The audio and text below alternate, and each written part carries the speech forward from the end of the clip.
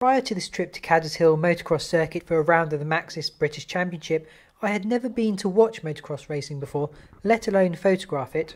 I have photographed other motorsports over the years, and since motocross bikes are slower than the superbikes and touring cars I usually take pictures of, I naively thought that motocross photography would be easier.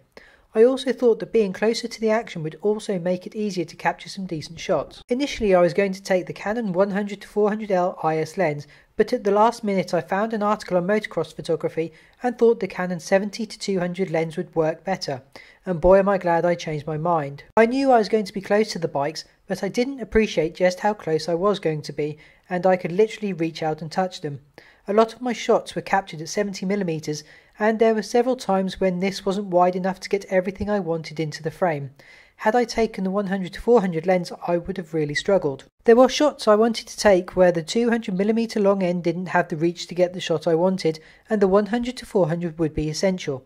Fortunately, these shots were few and far between, and whilst frustrating, all I could do is make do with what I had. To get a variety of shots, I think I need 3 of the lenses I own, being the 24-70 f2.8, the 70-200 f4 I used, and the 100-400 I was going to take. This is a lot of kit to carry around, but I fear it is the only way. My normal motorsports photography requires a single lens, being the 100-400. Focusing was more difficult than I expected, and whereas road racing I can get the bike in the viewfinder when it is a long way off and get focus, track it, then press the shutter button at the right moment, I found this impossible.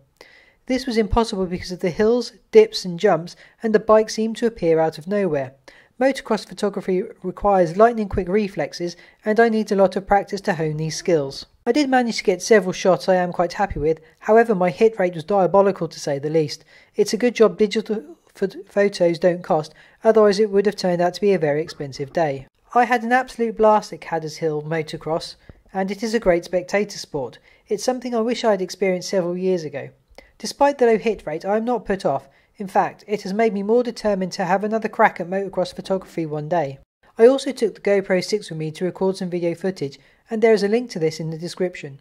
I also had a play with the slow motion setting of the GoPro, and, once again, the links are in the description to this video, so please feel free to head on over and check them out. Finally, I take this opportunity to confirm that I didn't receive anything for creating this slideshow, and that I captured every photo using my own equipment which I had to pay for myself.